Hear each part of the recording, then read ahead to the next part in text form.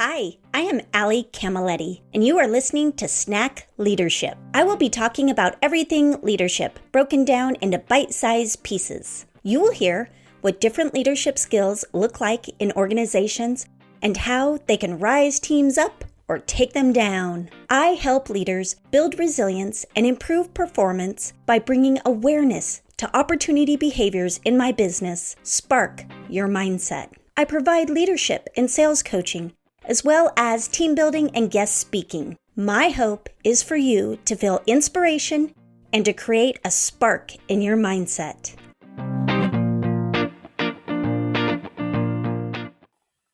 Hi everyone.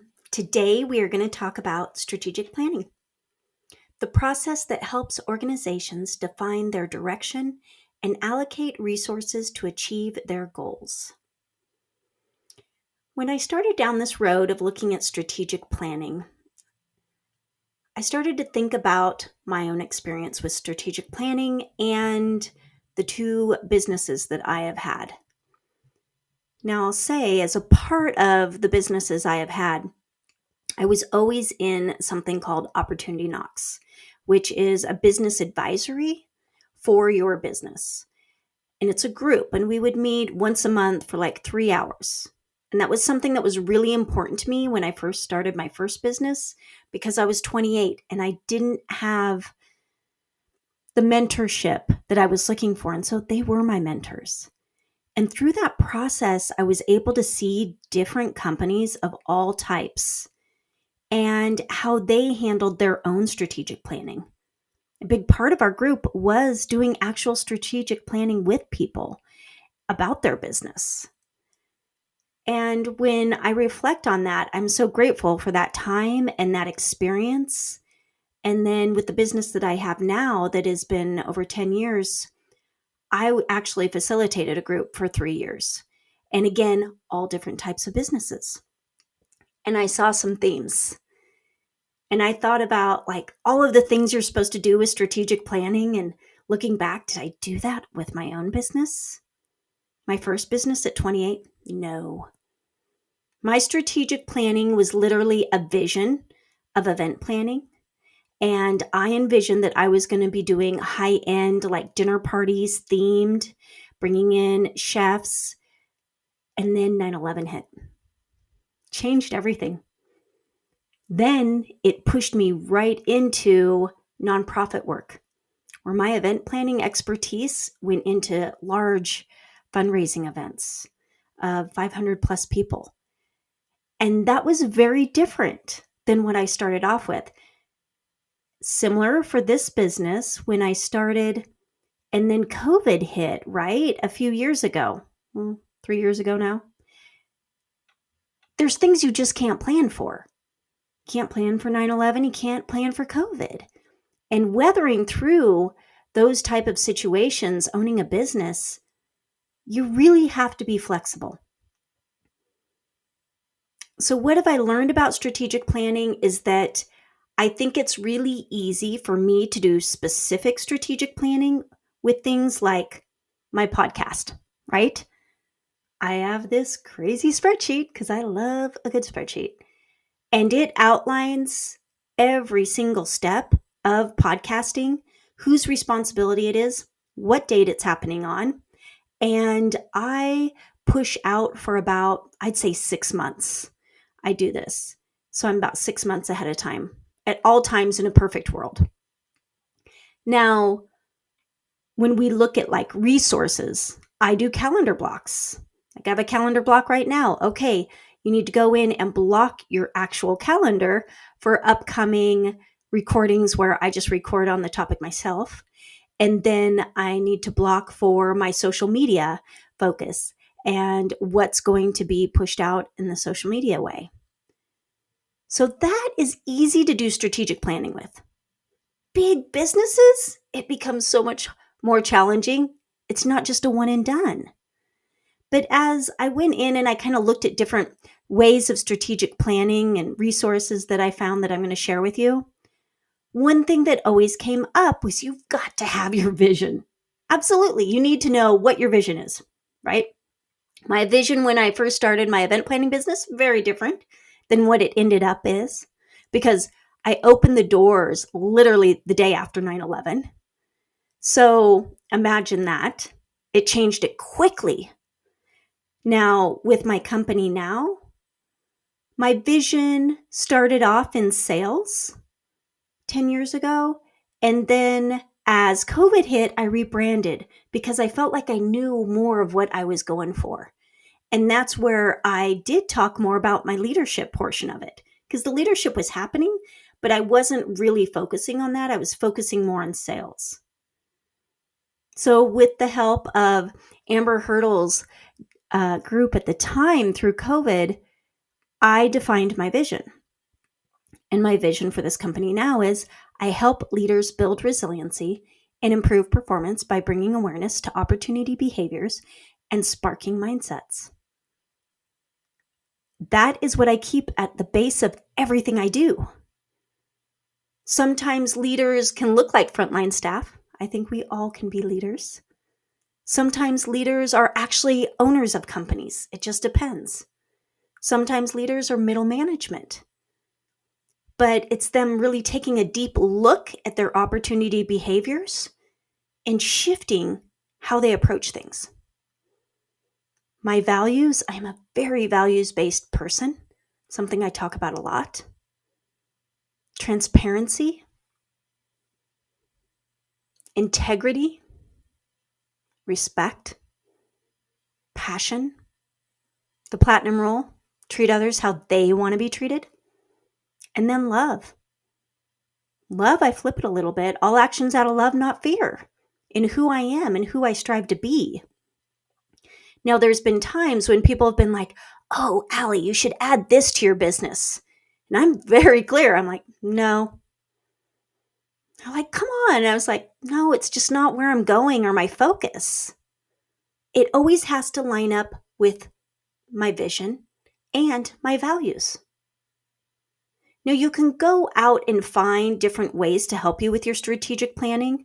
I remember in my first business, I tried to look into industry standards. That was a lot of what I heard. Oh, you need to look at industry standards and what's happening in the event planning industry. I didn't find a lot. And what I have found with both of my businesses, I don't strive to do what everybody else is doing, ever. I purposely don't always pay attention to what others are doing because I always want it to come authentically from me. So when I was looking up information, I'm going to share this resource. It's called Strategic Planning Process.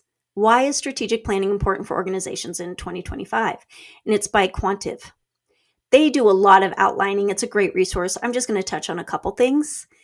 But they talk about with the strategy, it bridges the gap between your organization's current and desired state, providing a clear and actionable framework that answers, where are you now? Where do you want to be? And how will you get there? So I personally do this throughout the year. And I love doing it at the start of the year because it's so much fun. And what I do is I do my actual monetary budget. And I look at what percentage I want to spend with leadership, what percentage I want to spend doing webcasts where I do education with groups. It can be sales, it can be guest services. Sometimes it's throughout the company in different departments, focusing on different topics, overcoming objections, practicing conflict transformation, or specifically sales. And then I also focus on on-sites where I do more of a culture focus, evaluating where they're at with the Tigers. And that leads into more presentations and more group work. So I outline all of that. And then I have a piece that I continue to do. It's not something that I always market. And that is sales, where I literally will coach frontline salespeople. It's something that I do love, but I also know I'm better if I just do a little bit. Big teams, I don't care to do it because it's a lot of call scoring and listening to grow their techniques. Now, recently this year, I was looking at where am I now? Where do you want to be? And how will you get there? And I was watching, okay, what's going on with our overall economy, where we're at. And then I was looking at, I have a huge client I took on last year, and it took up basically 3 clients. I was like, how am I going to pivot out of this and not feel a big financial shift? So what I did is I launched something that is coming out this month, and it is leadership sales. It's group coaching where we're really going to dig into being sales managers and overseeing teams. So that was my answer. Where am I now? Where do you want to be, and how are you going to get there? Do I do this every year? No. We'll see how this goes. I'm seeing such a need for it. I might be able to offer it twice a year, but definitely once a year. There's a need. So when we look at 7 key elements of the strategic planning, let's talk about maybe you're just starting your business or a division of your business, which in vacation rentals that I work a lot, I see this. Companies are starting a division, but I don't know if they follow this process, and it should be done. First, that vision. What your organization wants to achieve in the future, the long-term goal. I think one that I've seen happen most, there's a couple departments, right, where they push off property owner services, and they create that to be more of its own department. And another one is laundry, which that's a big one, right? And so you ask yourself what it wants to achieve with this and the long-term goal, the mission, the driving force behind why your company exists, who it serves, and how it creates value. I'm going to use the property care managers. They all have different names, different companies, but the actual team that takes care of homeowners. And so the driving force behind why your company exists. Vacation rentals, you really wouldn't have a company if you did not have homeowners. So you definitely serve those homeowners in that department specifically we're talking about. How are you going to create value, right? Are you going to meet with them quarterly? Are you going to be proactive and talk about how is their home doing financially? What kind of improvements do they need? What money they should be putting away for different improvements? What do you see, right? I'm a homeowner. I'm starting to see, 20 years it's been now since I've owned my home. There's some things I'm going to have to do this year. Not too excited about it, but I'm going to have to do them. And boy, that is an important conversation to have with your homeowners. The goals. What are the goals for this year? How much do they want to use the home themselves? How much are they going to gift it to friends or family? And what's their vision with it? Strategy. The long-term map. They don't know. Maybe they'll keep it forever. Maybe they'll sell it. It all depends on so many different things. But it's based on both internal and external factors. The approach. How you execute strategy and achieve objectives using actions and initiatives, right? If you're going to build this department, I watched a company start to go into this where they were breaking it out. Certain people handled certain areas. And then it all got taken apart because everything changed. That's okay. Tactics. Granular short-term actions, programs, and activities. So that is the process to go through when you're doing this.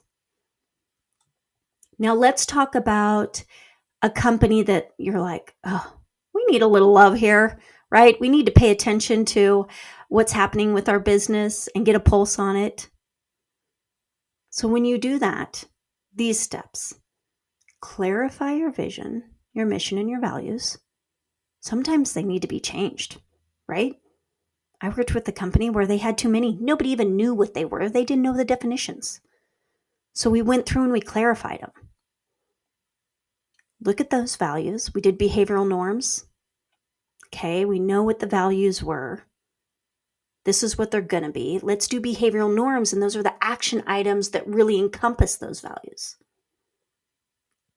conduct an environmental scan. That can look a lot of different ways. Define strategic priorities. Develop goals and metrics. Derive a strategic plan. Write and communicate your strategic plan. Implement, monitor, and revise. So we did that with the behavioral norms, right? We did the scan. All company-wide came in on that scan and gave their input. We talked about the priorities, the goals and the metrics, and outlined the plan. We sent it out to everybody so they knew the plan, and then we implemented it and monitored it. And then at a certain point, there will be revision. Strategic planning, I don't think it's really that hard. I think it's important to do. I think it doesn't get done as much. And Forbes did this great article on the importance of strategic planning for business success. And it was a big survey. So big, I say, 576 entrepreneurs from companies of various sizes and sectors. They did it throughout Spain, and they did it for the first quarter of 2024. Super interesting. The one question: do you believe a strategic plan is necessary to carry out for your business activities? Of the respondents, 90% said it was necessary. 6% thought it was not necessary. And the remaining 4% stated intuition and experience were better. Which I am a very intuitive person. I do have some experience, but I also always have a plan. Now, what was interesting is the second question. Did you create and define a thoughtful strategic plan for your business activities last year in 2023? Only 46 answered yes, they did, despite the 90% seeing the need for the plan. Almost 40% admitted they hadn't done it, and 16% responded that they did it their way, right? So that means maybe a little bit. So it just highlights the difficulty for executives and entrepreneurs to take the time to do it. The day-to-day demands of a business prevent moments of reflection and analysis and the situation to focus business in the right direction. We know as owners, sometimes we get in the weeds. Absolutely, it happens, and it requires that at times. But that importance of elevating and getting out of the weeds so you make decisions is extremely important. Next question. If you made a strategic plan, what percentage has been fulfilled? Only 14% indicated they had fulfilled their strategic plan from the prior year, below 50% of what was planned. Does this surprise me? No. I think it's very common. Granted, we're looking at Spain, but still, we're looking at data. So they believe strategic planning is often done with little reflection and insufficient competitor data. Environmental analysis or consideration of the threats and opportunities offered by market globalization, digitalization, and artificial intelligence, right? So they're often done using linear growth percentages and intuition, but in most cases without a rigorous market analysis, which is highly changeable. I am always looking at my percent of growth. Obviously during COVID, for me, the industry, bang, they're busy, but they didn't have any time and they weren't sure what was going to happen. It was such a questionable time. And so my business just flat out stopped. My strategic planning was that I went into education mode for myself. I saw this time as a time for me to take advantage of time and learn and grow. And I got a couple certifications that I implemented in my business so that when I launched, I was excited about it and I had more content to work with. So if you see it necessary to create a strategic plan, which members of the company should participate in its development? This was the other question. 40% believe that the entrepreneur and their management team should participate. 60% believe that an external expert should also be included.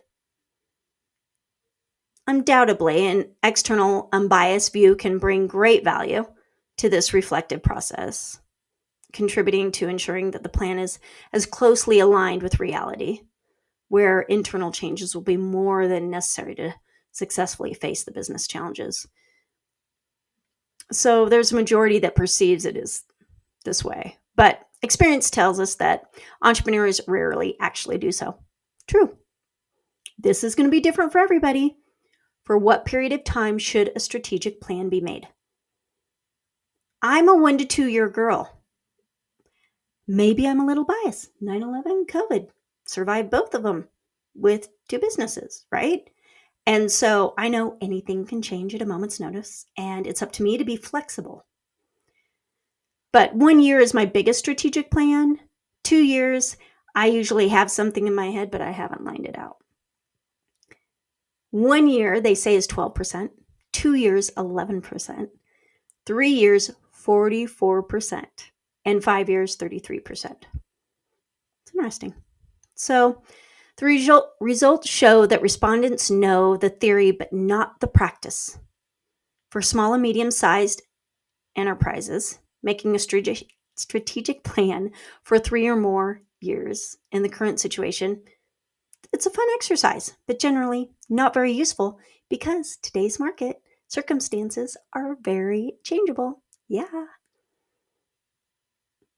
And as they say, you've got to be flexible. Absolutely. So their conclusion, the data reveals a high percentage of the need for a strategic plan, although there's a huge gap between this perception and implementation because of lack of time, difficulty in allocating resources to strategic tasks, and lack of deep reflection on common challenges. Yes. So good. So much information. I'm going to leave with you this quote, which I feel really reflects my success in my businesses. Good business leaders create a vision. They articulate the vision, passionately own the vision, and relentlessly drive it to completion. By Jack Welch.